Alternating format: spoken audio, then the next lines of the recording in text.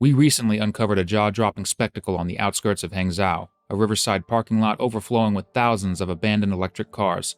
This mind-boggling sight gained some attention back in 2019 when it was initially claimed that these vehicles were destined for French civil servants. However, that turned out to be nothing more than a myth, quickly debunked.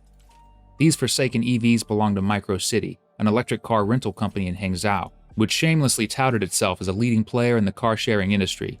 Yet here they were, left idled and discarded, casting doubt on the company's credibility and raising eyebrows across the city. The enigma surrounding this scene has ignited curiosity and prompted a flurry of questions. What could possibly explain the existence of such a vast collection of discarded electric cars in this idyllic Chinese city? So it turns out it's a sham, one that is not strange to many Chinese companies and the Chinese government itself. In this video, we delve into the dark underbelly of these scams and expose the severe environmental damage resulting from this greenwashing charade. It's clear that China's touted success in the EV market is nothing more than smoke and mirrors. While the nation may boast impressive production numbers, the reality on the ground tells a different story. The spectacle of abandoned electric cars paints a damning picture of the industry's true state, overshadowing any claims of progress. This discovery of hundreds of unused cars, seemingly abandoned by Microcity, a renowned electric car rental company, has sent shockwaves through the industry and left observers questioning the integrity of China's green revolution. As the veil of deception unraveled, three distinct sections emerged along the river, each brimming with these silent, lifeless machines. Microcity, when confronted about the eerie spectacle, boldly claimed that all their vehicles were actively serving customers. Yet the evidence screamed a different tale, casting doubt on the company's claims of eco-consciousness. In a relentless pursuit of the truth, an intrepid reporter dove deeper into this news in 2019. Their attempts to access the vehicles through the company's app proved futile, as not a single car was available for rental. It became abundantly clear that an elaborate charade was underway, a potential greenwashing scam masking China's supposed triumph in the EV sector. In a shocking expose captured on video, a brave villager shed light on the shady dealings behind Microcity's facade of success. This courageous whistleblower revealed that, since July of the previous year, he had been generously compensated with an eye-watering sum of over 30,000 yuan, USD $4,469, annually. What was his role in this elaborate cover-up? He had simply provided parking space on his land for Microcity's surplus cars. The magnitude of this arrangement between the company and the villagers became glaringly apparent.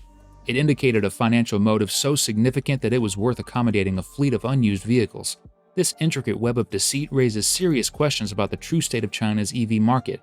Are the reported sales figures and the success stories nothing more than a mirage, a carefully constructed illusion meant to deceive the world? Microcity's attempt to sweep these unused EVs under the rug paints a disconcerting picture of an industry plagued by misinformation and hollow achievements, leaving all of us to wonder what other skeletons lie hidden in China's electric closet. Who is Microcity? With the electric vehicle revolution sweeping across China, many companies rode the wave of opportunity, led by substantial government tax rebates and incentives showered upon new energy car manufacturers. One of these companies is Microcity. Microcity, an intriguing startup born in 2013, swiftly established itself as a formidable player in China's car-sharing industry, armed with unwavering support from none other than Geely, a behemoth in the automotive realm. The captivating reputation of Microcity stemmed from its deep-rooted connection with Geely, as all of its vehicles hailed from the production lines of the Kandi EV. A formidable joint venture between Geely and Kandi Group, this partnership solidified Microcity's industry presence. During its nascent years, Microcity thrived under the auspices of the Hangzhou government, receiving a generous outpouring of support that catapulted its rise to dubious prominence. The government's support manifested in the form of complimentary parking spaces, subsidies for infrastructure development, and the provision of charging facilities, all carefully crafted to prop up Microcity's endeavors. By the end of 2016, the company had amassed a staggering fleet of approximately 11,000 vehicles, strategically positioning itself as an indomitable force within Hangzhou's borders. Emboldened by its early success, Microcity boldly expanded its services, stretching its tentacles into the lesser-known Tier 3 and Tier 4 tourism cities within the area. So what went wrong? Well, everything. It is possible that Microcity's business is another example of investment scams and Ponzi schemes in the Chinese EV space. As China's electric vehicle and car-sharing industry boomed, a wave of deceptive businesses and schemes thrived in the shadows. Ponzi schemes and scam investments found fertile ground amidst the frenzy, exploiting unsuspecting investors and tarnishing the country's purported success in the EV market. China's EV market, with its promises of innovation and sustainability, became a siren's call for those seeking lucrative investment opportunities. Capitalizing on the hype, some unscrupulous operators within the industry devised intricate webs of deception, preying on the naivety and greed of investors. These nefarious schemes operated under the guise of EV manufacturers, car-sharing platforms, and related infrastructure projects, presenting themselves as beacons of progress in China's green revolution. Their modus operandi involved enticing investors with the promise of exorbitant returns and groundbreaking technologies. Seduced by visions of financial windfalls and contributing to a cleaner future, individuals poured their hard-earned money into these fraudulent ventures. The intricate nature of these scams concealed the true intentions of the perpetrators. Ponzi schemes were crafted, with early investors receiving impressive returns, bolstering the illusion of success and luring in fresh capital. Yet, unknown to the unsuspecting victims, their investments were not being used to fuel groundbreaking EV developments or create innovative car-sharing platforms. Instead, the funds were diverted to line the pockets of those orchestrating the scam, perpetuating a cycle of deceit and financial ruin. Micro City, a mere speck in the sea of car rental companies that rode the wave of the electric vehicle economy, now stands exposed as yet another casualty of an industry built on false promises. While the trend of electric cars initially captivated consumers and investors alike, the harsh reality soon set in. Supply far outpaced demand, leading to the downfall of countless enterprises in this cutthroat market. However, the problem extended far beyond a surplus of vehicles.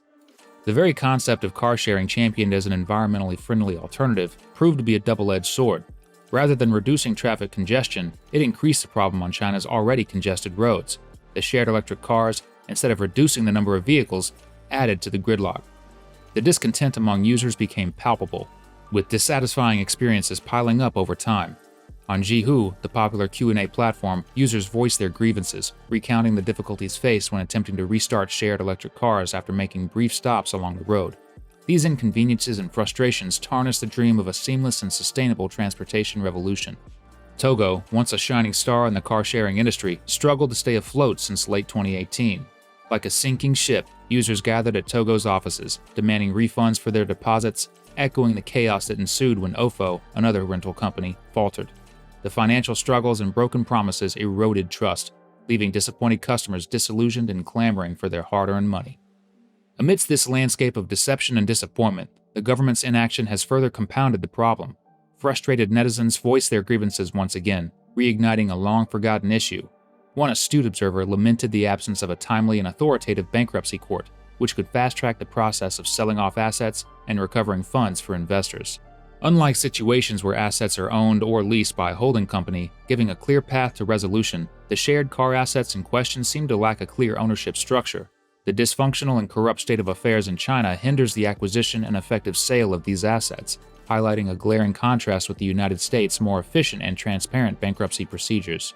Micro City's unraveling has laid bare the darker underbelly of China's EV rental boom. It serves as a stark reminder that success, even in the electric vehicle industry, is not always what it seems.